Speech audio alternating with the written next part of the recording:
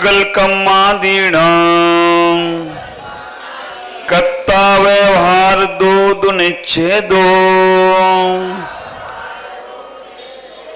चेदन कम्माणादां शुद्धिनया शुद्ध भावाणम। आचार्य नमिचंद सिद्धांत चक्रवर्ती यहाँ कहना चाहते हैं, पुग्गल कम्मादीणम कत्ता व्यवहार दो दुनिच्छेदो चेदन कम्माणादा शुद्ध नया शुद्ध भावाणम। हम सबको पहले मन में ये बैठालना है कि यहाँ पर जीव की बात चल रही है और द्रव्य संग्रह में 6 द्रव्यों की बात आएगी। पहले के 14 श्लोकों में जीव द्रव्य का वर्णन चल रहा है, फिर अजीव का भी वर्णन आएगा, फिर धर्म का भी वर्णन आएगा, अधर्म का भी आएगा, आकाश का और काल का। ये 6 द्रव्यों का वर्णन द्रव्य संग्रह में आपको यथायोग बताने का प्रयास करेंगे। तो जीव के जो दूसरे नंबर का श्लोक कहा था कि जीवो उवो गमो अमुत्तिकत्ता सदी परमाणु भोक्ता संसार रत्तो विश्वसा डग गई, विश्वसा डग गई। तो आप विचार करना, उसी चीज को बताने का प्रयास कर रहे हैं। एक एक दिन एक एक बात को समझाने का प्रयास कर रहे हैं कि उसको हम विस्तार से समझें। संक्षेप में उन्होंने बता दिया जीव के इतने स्वभाव हैं, इतने जीव के उपयोग हैं।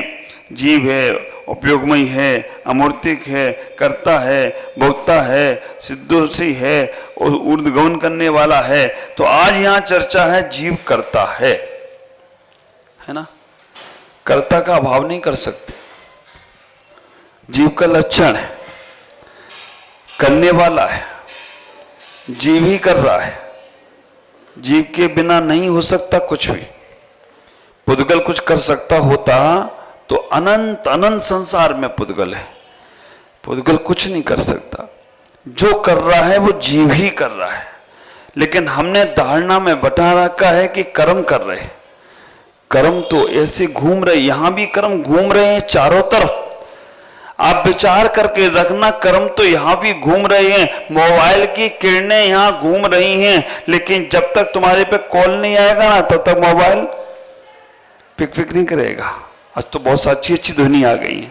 तो कर्म कुछ नहीं कर रहे, कर्म तो घूम रहे हैं। लेकिन जैसे ही जीव ने राग और द्वेष किया, कर्म करा रहे हैं।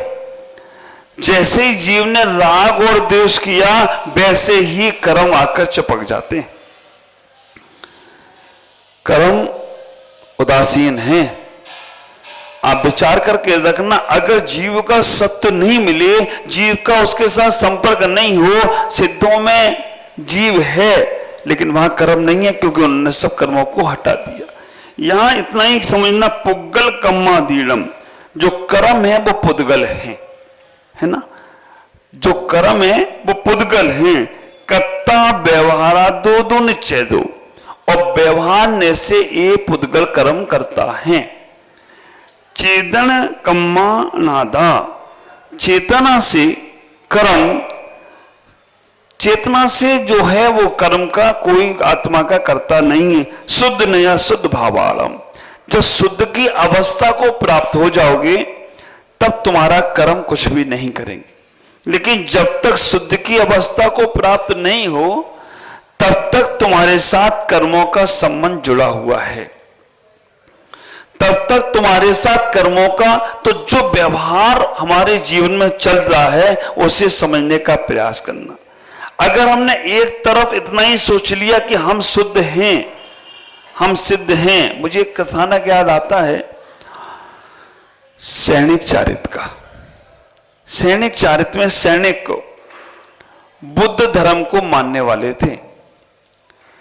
एक बार उन्होंने बुद्ध गुरुओं को बुलाया, बुद्ध के धर्म अनुयायियों को बुलाया।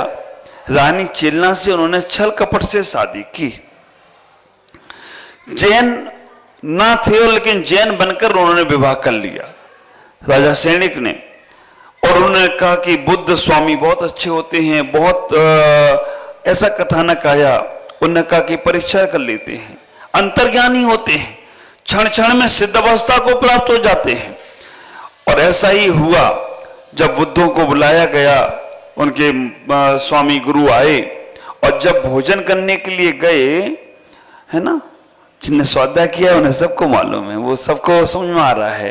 तो उन्होंने एक एक खड़ाऊ लेकर और उन्होंने को पीस कर उसमें भोजन में खिला दी। जब बुद्ध स्वामी वापस आए तो उन्होंने कहा, कहां है तुम? तो अंतर्ज्ञानी हो, तुम्हारे पास तो त्रिलोक का ज्ञान है, तुम्हें तो सब अंतर्ज्ञान से पता चल जाता है। सैनिक ने बोला, चलना मजाक मत करो, सही सही बताओ कहां गए इनके खड़ाऊ? उन्होंने कहा, तो अपने अंतर्ज्ञान से पता कर सकते हैं, विचार करके रखना। उन्होंने कहा अंतर्ज्ञान से पता कर सकते हैं, तो उन्होंने कहा ऐसा कैसा अंतर्ज्ञान से पता करेंगे? नहीं लगा पाए। तब चेला ने कहा, जितने खड़ाऊ थे एक एक खड़ाऊ पीस कर इनको ही खिला दिए, इनके पेट में रखे। विचार करके रखना, कहां गया वो ज्ञान? कहां गया? जो जिस अवस्था का ज्ञान जहां होगा वो वहां ही होगा। अगर हमने उसको पहले से मान के रख लिया कि हम अंतर्ज्ञानी हो गए हैं, हम केवल ज्ञानी हो गए हैं, देखो केवल ज्ञानी होने के बाद फिर भेद क्यों करें? अगर हमारे पास मति ज्ञान, श्रुत ज्ञान, अवधि ज्ञान, मनप्रिय ज्ञान, केवल ज्ञान, ये जो व्यवहार कथन क्यों किया जा रहा है? जो हम ज्ञानी ही हैं, हमारा स्वभाव ज्ञायक ही है, ज्ञाता दृष्टा भी खत्म कर दिया, फिर भेद करने की आवश्यकता क्यों पड़ी? जहां भेद की आवश्यकता पड़ रही है, पंडित जी बड़े ध्यान से सुनना है, अभी कमरे में चर्चा करेंगे हमसे आके, महाराज ये ऐसे कैसे हो गया? आप विचार करके नहीं सुनना चाहिए। वास्तव में ज्ञानी तत्व लोग बैठे तो उस चर्चा में और जान आती है। इतना ही विचार करके रखना, जहां भेद विवक्षा करेंगे वहां भेद विवक्षा करना ही पड़ेगी, और जब भेद विवक्षा नहीं होगी, अभेद की बात होगी, तो अभेद में हम जाएंगे। अभेद के समय भेद नहीं कुछ करेगा, भेद के समय अभेद की बातें रहेंगी। अर्पता नरपे सिद्धे एक तत्व सूत्र ग्रंथ का एक सूत्र है। उनको बड़ा अपमान हुआ, बुद्धों को बड़ा अपमानित हुए। फिर उन्होंने कहा, मेरा अपमान हो गया, मैं जा रहा हूं, मैं ध्यान करने जा रहा हूं। और वो सब ध्यान करने चले गए। और जब ध्यान करने बैठे तो सैनिक राजा ने कहा, जी अब सब ध्यान में चले गए और सिद्ध अवस्था को प्राप्त हो गए। सिद्ध अवस्था को, हम सिद्ध हैं, हम बुद्ध हैं, हम सिद्ध, बिल्कुल परम शुद्ध हैं। ठीक है। चिलना रानी ने सैनिकों को बोलकर, जहां वो ध्यान कर रहे थे सिद्ध अवस्था को प्राप्त हो गए, तो उसने कहा इनको उपकार करो, अब वहां जाके वापस आए, इनको वहीं रहने दो। उसने नीचे आग लगवा दी, जहां बैठे थे सब जगह आग लगवा दी। जैसी आग लगी, क्या हुआ? वो सारे सिद्ध वापस आ गए। आप विचार करके रखना, वो सारे सिद्ध वापस आ गए, कोई इधर भागा, कोई उधर भागा। उनने कहा, राजा सैनिक ने कहा, तुमने अपमान किया मेरे साथियों का, तुमने ऐसा किया। उन्होंने कहा, मैंने तो उपकार किया था, ये सब सिद्ध हो गए थे, इसलिए उपकार किया था कि वापस इस देह में ना आए। धर्म परीक्षा में कहानी है, एक नाग था, वो इंसान बन जाता था, और फिर वो नाग, तो नाग को बक्से में बंद कर दिया कि ये दोबारा ना बने। लेकिन सब कथानक है। इतना ही विचार करके रखना, अगर हम शुद्ध अवस्था को प्राप्त हो गए तो फिर हमें शुद्ध होने के लिए कुछ करने की आवश्यकता नहीं है। हम मंदिर तक आ गए तो फिर हमें मंदिर में आने वाले से कहा जाएगा कि मंदिर में आओ? नहीं कहेंगे। इसलिए हम अब उस प्रक्रिया, लक्ष्य हमारा मंदिर तक पहुंचने का है, हम जीवन में जिएंगे, लेकिन जब तक उस लक्ष्य को प्राप्त नहीं किया तब तक व्यवहार से हमें उस लक्ष्य को पाने का प्रयास करते रहना चाहिए, पुरुषार्थ करते रहना चाहिए। हम पुरुषार्थ ही नहीं है। यहां कह रहे व्यवहार कर्माधीनम, व्यवहार से जीव कर्मों का करता है। निश्चय से तो अपने आप में कर रहा है, उसे हमें करने की जरूरत ही नहीं है। चेतन कम्मालादा, निश्चय से तो वो शुद्ध दर्शन, शुद्ध ज्ञान आदि चैतन्य भावों का ही करता है। शुद्ध को अवस्था को प्राप्त हो जाने के बाद मैं तो इतना ही कहना चाहता हूं कि मंजिल में पहुंचने के बाद गाड़ी छोड़ना नहीं पड़ती, छूट जाती है। शुद्ध अवस्था को प्राप्त होने के बाद कुछ करना नहीं पड़ता, वो स्वतः अपने आप होता रहता है। लेकिन हम कीचड़ में फंसे फंसे ही सोच ले कि हम शुद्ध हैं। आप विचार करना, बात पक्की है, शुद्ध हैं, लेकिन फिर हम अशुद्ध की कार्य क्यों करते हैं, फिर हम अशुद्ध चर्चाएं क्यों करते हैं, फिर हम अशुद्ध बातें क्यों करते हैं? अगर हम शुद्ध जीव तत्व है, लेकिन जब तक संसार में है, व्यवहार से उसे हम कर्ता भी बोलेंगे, व्यवहार से हम उसे भोक्ता भी बोलेंगे, व्यवहार से हम मूर्तिक भी बोलेंगे, व्यवहार से अमूर्तिक भी बोलेंगे, सभी कथन जीव के ही हैं। अगर हमने इस प्रकार से मान लिया तो फिर हमारी चर्चाएं अधूरी होंगी। हमें अपनी चर्चाओं में सापेक्ष रखना है कि जब तक हम शुद्ध अवस्था को प्राप्त नहीं हो रहे हैं, संसार में पड़े हुए हैं, तब तक हम भले ही सोना कीचड़ में जाए, सोने की कीमत कम नहीं होती, लेकिन कीचड़ में पड़ा हुआ सोना और सुनार की दुकान पर रखा हुआ सोना, दोनों के व्यवहार में, कथन में अंतर होगा। कीचड़ में पड़ा हुआ सोना अगर खदान से निकला है, कर्म कालमा सोने की नहीं निकली, और आपसे कहा जाए इसके आभूषण बना लो, हाँ, खदान से निकला है, उसे ताप नहीं दिया गया, 16 ताप नहीं दिए गए, 24 कैरेट का नहीं किया गया, उसके आभूषण पहनोगे? कहोगे लोहा है लोहा। और जैसी उसे तपाया गया, जैसी उसे पकाया गया, अभी तो हम विचार करना कि उसमें पकाया गया बिल्कुल 24 कैरेट का आ गया, तो आपको कहना नहीं पड़ेगा पहन लो, अगर मिल गया तो चलो भाई, हमारा तो अभी गली की शोभा बनेगा, हमारे और किसी काम में आएगा। ख्याल करो, ऐसे ही तुम बिल्कुल शुद्ध हो, लेकिन जब उस प्रक्रिया से गुजरोगे, उस प्रक्रिया के साथ जो लगोगे, तब तुम्हारा कीमत बढ़ जाएगी। ख्याल करके रखना, एक मिथ्या दृष्टि जीव है, एक सम्यक दृष्टि जीव है, एक मुनि महाराज हैं और एक परमात्मा है।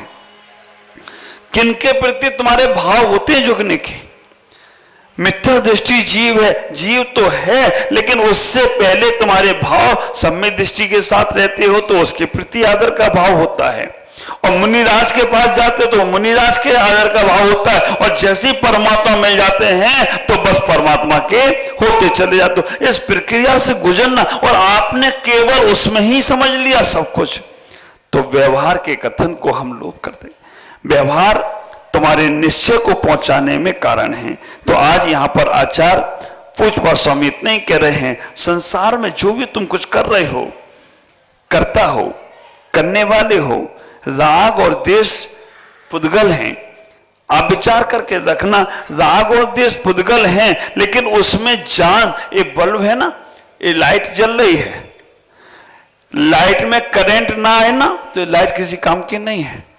हाँ, कई व्यक्ति की दीपक है रखा है, और अगर उसमें ज्योति नहीं जले तो वो दीपक नहीं है, वो तो बेकार है, लेकिन उसके अंदर जब ज्योति आती है तो वो दीपक का काम करता है। तो हमें इतना ही विचार करना है, व्यवहार के मार्ग से निश्चय की यात्रा पर जाना है। व्यवहार को करते रहो, व्यवहार को पकड़ना नहीं।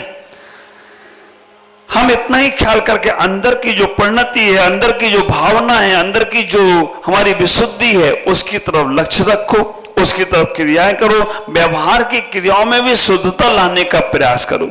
अगर हमारे मन में ये भाव बैठ गया कि हम वो ही हैं, जहां ही आ गया वहां पर हमारा स्यादवाद खत्म हो जाएगा।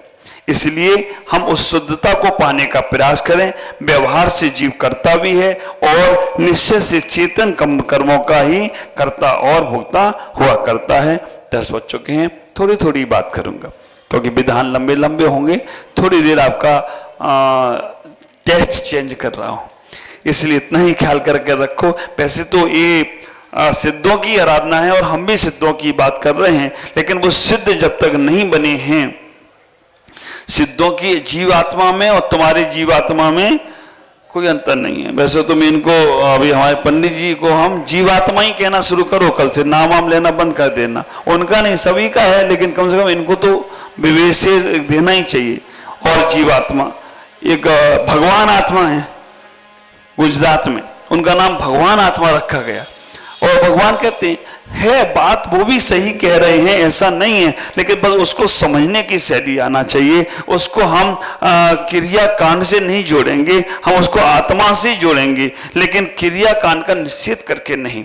अगर हम कर देंगे और अगर हमने वो जीव तत्व पे पहुंच चुके हैं तो फिर हमारी क्रिया कांड अधूरी होगी और क्रियाकांड से हम बचे नहीं रहेंगे और हमारी भगवान की वाणी का अबड़बात होता जाए। तो हम इतना ही ख्याल करें, शुद्धता की ओर ख्याल रखें और अपने भावों को, परिणामों को शुद्ध रखकर आगे बढ़ने का प्रयास करेंगे। आज इतना ही। ओम नमः जगुरुदेव।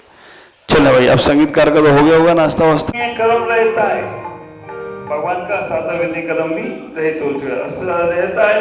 सिद्ध परमेष्ठिने नमः अनर्बत प्राप्ताय अर्घम निर्वापति। मिथ्यात निवारा, सम्यक प्रकृति आ गई तो मिथ्यात खत्म हो गया। बहे सिद्ध प्रणमो सुकारा। तो जैसे ही सम्यक आया, प्रकाश हुआ, अंधकार चला गया। ख्याल करके रखना, अंधकार जाएगा तो प्रकाश नहीं आएगा। प्रकाश हुआ और अंधकार, कोई समय भेद नहीं है। तो यहाँ पर जैसे ही सम्यक मलक जो खत्म हुआ दर्शन मोहिनी का, वैसे ही सम्यक की प्राप्ति हो गई। ओम सम्यक प्रकृति रहता है, सिद्ध परमेष्ठिने नमः अनर्घ बताता है अर्घम निर्वापति। में चल में लगाड़ दोष लगते हैं, छायक में नहीं लगेंगे और दोनों चौथे गुण स्थान में होते हैं, है ना। उपसम वाला, उपसम वाला और छायक वाला। अब यहां पर कह रहे हैं अनंतानुबंधी क्रोध कर्म रहता है। आपको मालूम ही है, जो अनंत काल तक रहे, अनंत काल से चली आ रही है और अनंत काल तक रहेगी, वो कौन सी कसाय है ना। क्रोध, मान, माया, लोभ। क्रोध तो दिखता है, लेकिन मान हम बहुत समय से नहीं बोलते और आगे भी नहीं बोलते। ये मान मायाचारी, कोई बात छिपा ली हमने, बहुत समय से नहीं बोल रहे थे, अभी भी नहीं बोल रहे, ये मायाचारी हो गई। लोभ, हमें वो चीज चाहिए थी, नहीं मिल रही है, लोभ चल रहा है। अगर ये छह महीने के आगे भी चलता है तो समझ लेना आप समय दृष्टि भी नहीं है। अगर 6 महीने के बाद तक भी चल रहा है, और उदाहरण आते हैं अपने जनागम में भगवान राम का और बलराम का, दोनों ने 6 महीने तक, कृष्ण हर बलभद्र 6 महीने तक लेकर घूमते हैं। 2 के उदाहरण तो मिलते हैं कि 6 महीने तक लेकर, क्योंकि छायक समय दृष्टि से 6 महीने के बाद तक कसाय नहीं चल सकती। तो अनंतानुबंधी क्रोध से रहते हैं। ओम ह्रीम अनंतानुबंधी क्रोध कर्म रहता है, सिद्ध परमेष्ठिने नमः अनर्घ प्राप्त अर्घम निर्वापति।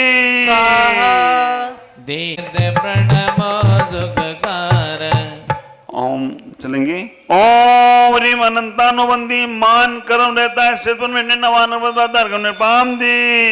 चले सोधर मेरे दिदल मलये उदय। चलेंगे, जिनको भी आहार देना है, लेना है, शुद्धि करनी चाहिए। 10 मिनट में हम लोग उठेंगे। हाँ, यहाँ पर अनंतानुबंधी माया, ओम ह्रीम अनंतानुबंधी माया कर्म रहता है, सिद्ध परमेष्ठिने नमः अनर्घ प्राप्त अर्घम निर्वापति। लोभ उदय निर्मलये दरबर भक्ति महान दिलकार। देखिएगा, क्रोध, लोभ, भय, हास, ये सभी सत्य के सत्य नहीं बोलने देते। तो लोभी व्यक्ति भी सत्य नहीं बोलता है, इसलिए हमें लोभ को कम करना चाहिए और लाभ से लोभ बढ़ता जाता है। ओम ह्रीम अनंतानुबंधी लोभ कर्म रहता है, सिद्ध परमेष्ठिने नमः अनर्घ प्राप्त अर्घम निर्वापति। क्रोध कर, क्रोध अपेत्य ज्ञानी कर्म जो भय से दिन मोतिन नासियो। पुस्तक अलग है क्या तुम्हारे पास? ये अप्रत्यक्षानी है। अच्छा, ऊपर वाला बोले थे, हम नीचे वाला दिख रहे हैं। ओम ह्रीम अनंतानुबंधी अप्रत्यक्षान वर्ण क्रोध यहाँ पर अप्रत्यक्ष कर्म गलत लिखा है। हाँ, तो मिस्टेक होगी उसमें। अच्छा, एक ही 2 जगह कर दिया। हाँ, ओम ह्रीम अप्रत्यक्षान वर्ण क्रोध रहता, सिद्ध परमेष्ठिने नमः अनर्घ प्राप्त अर्घम निर्वापति। मान करी अणुवृत ना हुक्म कहीं होते हैं, वक्रता को जहाँ औध्योते हैं। वर्ण माया विमुक्ता सिद्ध परमेष्टि न मान प्रदातार हम निर्पाम दी मोहि लोभ चरित जय जिय बसे तेज व्रत साबक नहीं दे दसे हे अपत्य ज्ञानी कर्म सो भय से दिन मोतिन नासे प्रत्याख्यानी क्रोध रहित जय आचरे सहित रहित नहीं प्रत्याख्यानी क्रोध सहित जे आचरण प्रत्याख्यानी क्रोध सहित जे आचरे देशपति देश प्रति सो सकल व्रत नाही धरे चारित मोहत प्रकृति रूप देह नाम है नाशिकियों में नमो चेत शिव धाम है सिद्ध परमेष्टि नवा अनर्पद प्राप्त है अर्घम निर्पाम दी प्रत्याख्यान मान प्राण न शक्ति है मान रहता है सिद्ध परमेष्टि नवा अनर्पद प्राप्त है अर्घम निर्पाम दी प्रत्याख्यानी माया मुनि पद को हरे सावक पद पूर्ण नहीं करने जात दे चारित मोहत प्रकृति रूप दे नाम है नाशिकियों में नमो शेद शिव धाम है ओम व्यापकना वर्ण है वर्ण माया रहता है सिद्ध परमेष्टि नमान अर्घम निर्पाम दी सावक पद में जात लोभ को पास है प्रत्याख्यानी चित में संज्ञा ओम व्यापकना वर्ण लोभ रहता है सिद्ध परमेष्टि नमान अर्घम निर्पाम दी यथा ख्यात चारित्रे को नाशिकारा महाभक्त को जस में